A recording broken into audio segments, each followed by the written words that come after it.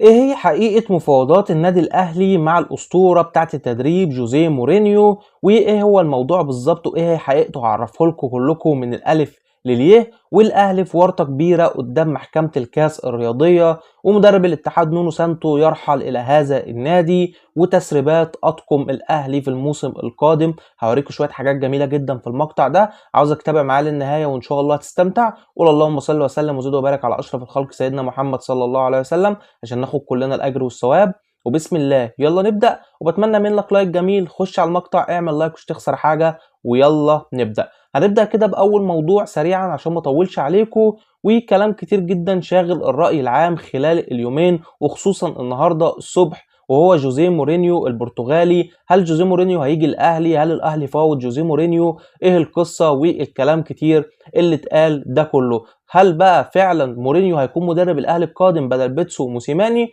وببساطة كده كلنا شفنا أخبار كتير جدا خلال النهاردة واليوم بتاع امبارح، إن النادي الأهلي مقدم عرض قيمته 120 مليون خلال موسمين عشان يضم جوزيه مورينيو من نادي روما، كل موسم مقابل 60 مليون، وده عشان يكون بديلا لبيتسو موسيماني من أول الموسم الجديد. وحسب الأخبار اللي انتشرت في الأماكن كلها وفي الصحف الرياضية وفي بعض المواقع، ان النادي الاهلي قدم عرض فعلي بالقيمه اللي انا قلت لكم عليها دي. من ناحيه تانية بقى شفنا اخبار تانية خالص مختلفه تماما، ان الاتحاد السعودي هو اللي قدم عرضه لجوزيه مورينيو عشان يدرب الاخضر السعودي في الفتره اللي جايه، بدلا من رينارد اللي راح منتخب فرنسا للسيدات. طبعا جوزيه مورينيو اللي خلى الكلام عليه اللي عقده هينتهي مع روما يوم 30 6 2023 اللي جاي، فهو مدرب لو اخد اي عرض اكيد هيسيب النادي اللي هو فيه، خصوصا العرض اللي جاي له من السعوديه عرض كبير جدا هو قيمته 120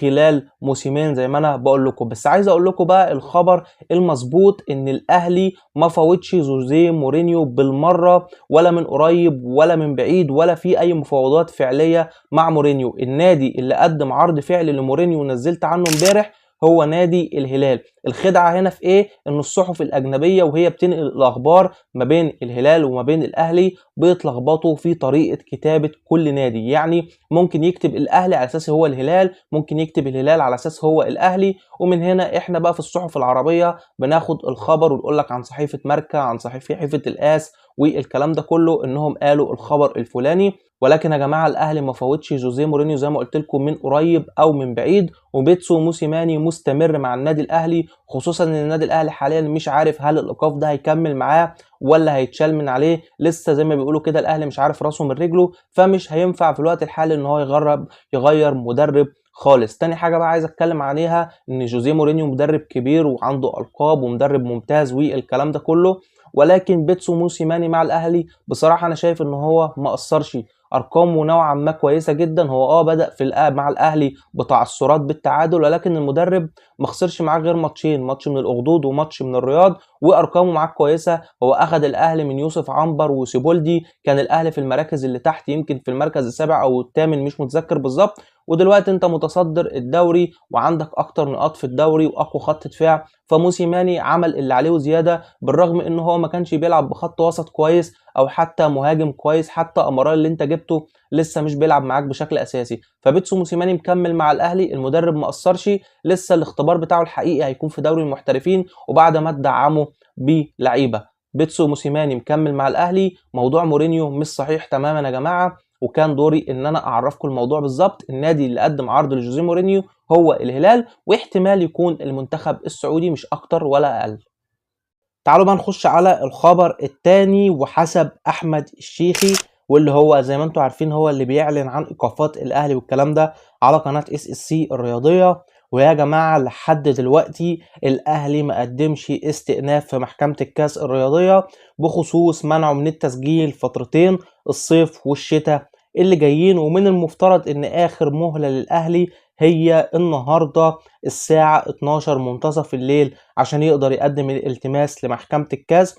وبصراحة مش عارف ليه الأهلي لحد دلوقتي متأخر في الموضوع ده. هل عشان كان بيسدد المستحقات للاعبين زي مارين وكوم وغربان واللعيبة دي، وبيسدد باقي المستحقات للعيبة التانية ورواتبهم المتأخرة والحاجات دي، وهيقدم الاستئناف النهاردة؟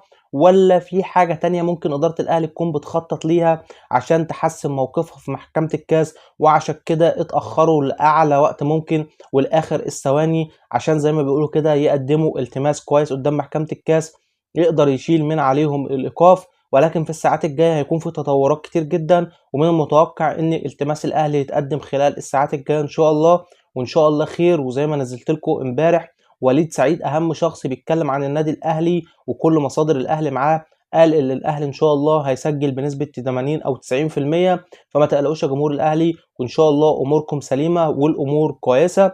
ولكن حبيت افكركم ان الاهلي ما قدمش الالتماس لحد اللحظة لمحكمة الكاس. تعالوا بقى نخش على حاجة حلوة وحاجة سريعة كده برضو، وثلاث تصميمات مقترحة عشان تكون هي طقم النادي الأهلي الأساسي في الموسم القادم. وهوريلكم دلوقتي الثلاث تصميمات مرشحة غير التصميم اللي أنا وريته لكم في مقطع سابق، ولكن الثلاثة دول أحسن منه ب100 مرة. زي ما تشوفوا كده قدامكم الثلاث تصميمات المرشحة إنهم يكونوا تيشيرتات الأهلي في الموسم اللي جاي.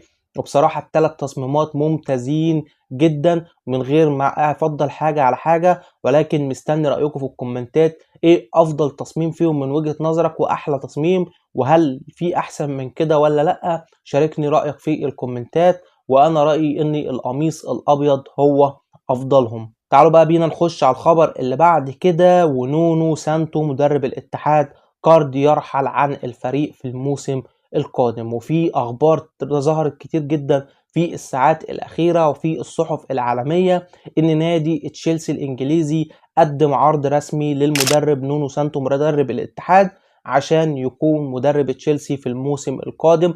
وده بعد أداء ممتاز جدا عمله مع الاتحاد وأخذ كأس السوبر وأقوى خط دفاع وهزيمة واحدة. كل دي أرقام رشحت نونو سانتو إنهم يخلوا مدرب تشيلسي في الموسم اللي جاي. طبعا نونو سانتو هو مدرب مخضرم في الدوري الإنجليزي ومفيش كلام ومعروف وكل حاجة، ولكن الحاجة اللي خلتهم يفكروا في نونو سانتو هي أرقامه مع الاتحاد ومستوى الفريق معاه. في حد ممكن يقول لي دلوقتي ده تشيلسي تعاقد مع لامبارد عشان يكون مدرب والحاجات دي كلها. تعاقد تشيلسي مع لامبارد عشان يكون مدرب فهو مدرب مؤقت، يعني لامبارد هو مدرب تشيلسي ولكن فترة مؤقتة لنهاية الموسم لحد ما يجيبوا مدرب. والأخبار اللي أنا عرفتها إن أهم 3 مرشحين لتدريب تشيلسي هما نونو سانتو، وكمان عندك لويس انريكي، وكمان عندك يورجن كلوب اللي ممكن يسيب ليفربول ويروح لنادي تشيلسي. فده الاخبار اللي كانت معانا. فهل تتوقع ان نونو سانتو ممكن يسيب الاتحاد